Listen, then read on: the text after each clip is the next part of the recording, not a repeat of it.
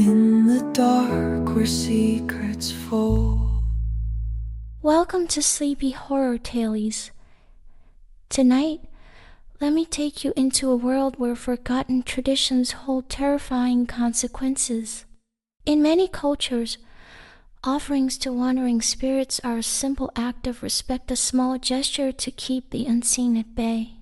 But what happens when that tradition is abandoned? When the spirits, long appeased, are left hungry?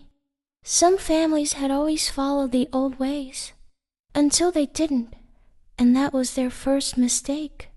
Turn off the lights, get comfortable, and listen closely. Because once you start the story, they might be listening too. This is the haunted offerings. It all started after Grandma died. For as long as they could remember, Liam's family had followed an old Vietnamese tradition, the ghost offering.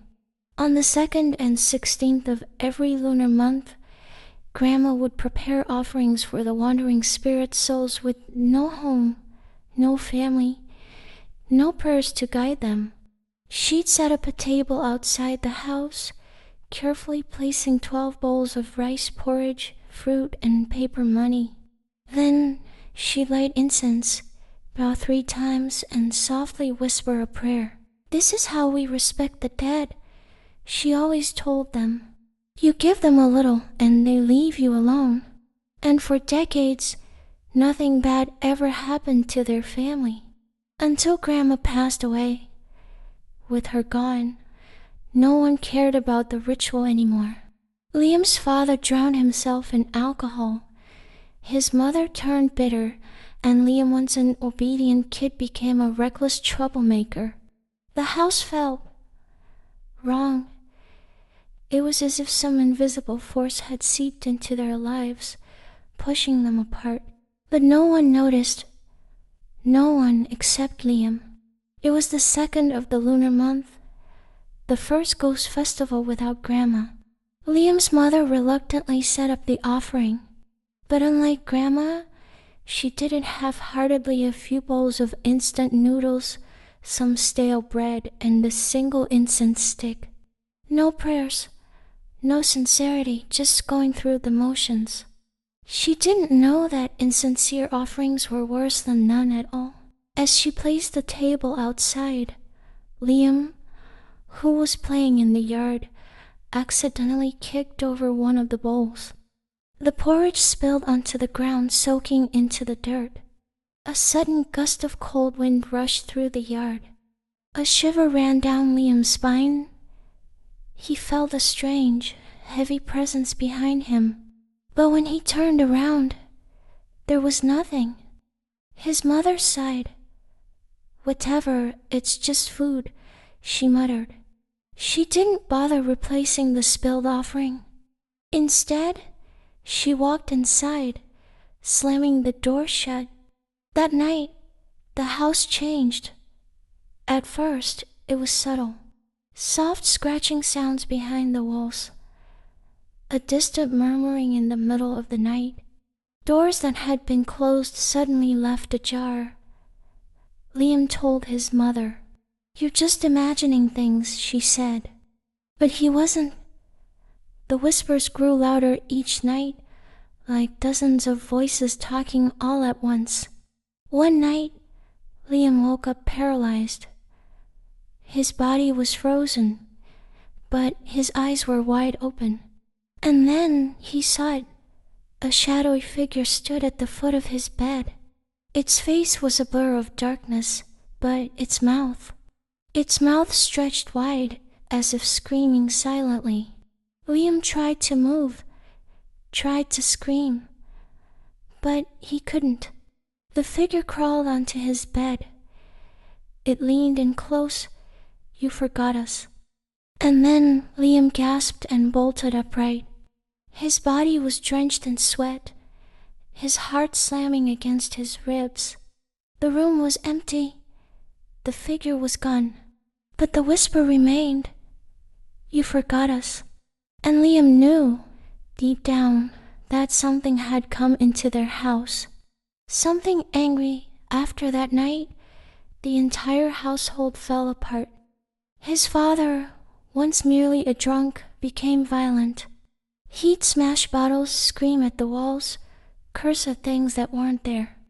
His mother, always bitter, became paranoid. She'd wake up in the middle of the night, crying about something watching her. And Liam started seeing figures in the corner of his eyes. They never moved, they never spoke, but they were always watching. By the time the 16th of the lunar month arrived, Liam's house was a complete mess. His father hadn't been home in days. His mother barely ate. And Liam hadn't slept since the shadow crawled onto his bed. That night, his mother finally remembered the ritual again.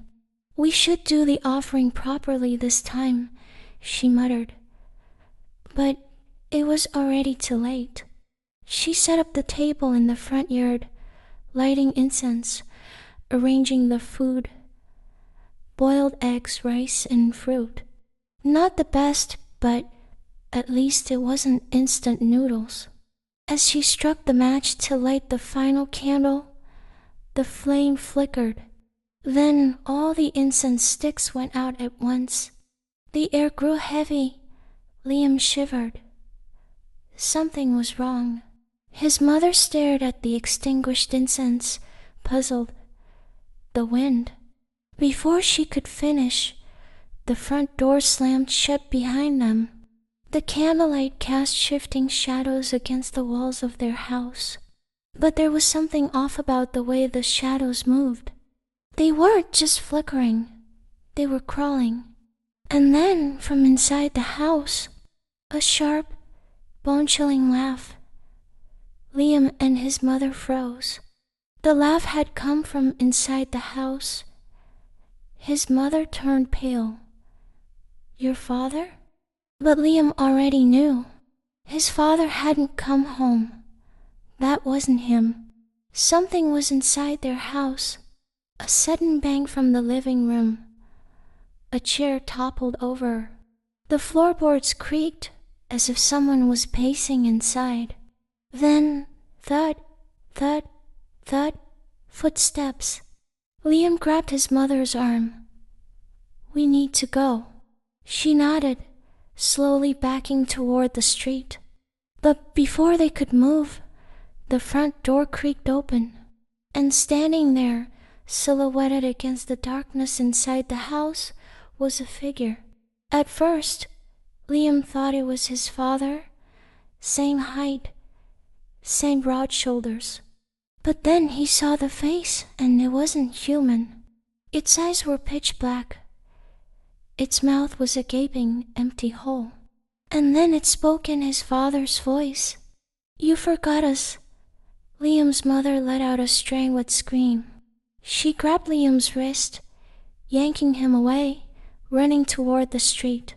But the thing didn't move, it just watched. And then, slowly, it grinned. Liam felt a sharp chill in his bones. He knew what this was. It wasn't a ghost. It was many ghosts. The ones his grandmother had fed, had cared for, had honored the ones they had neglected. And now they had come to take what they were owed. "You forgot us," it said again. This time in his mother's voice, then his own voice, then dozens of voices overlapping. His mother fell to her knees sobbing. "We're sorry. We'll do the offering properly." The voices laughed. The thing tilted its head, and then it pointed at Liam.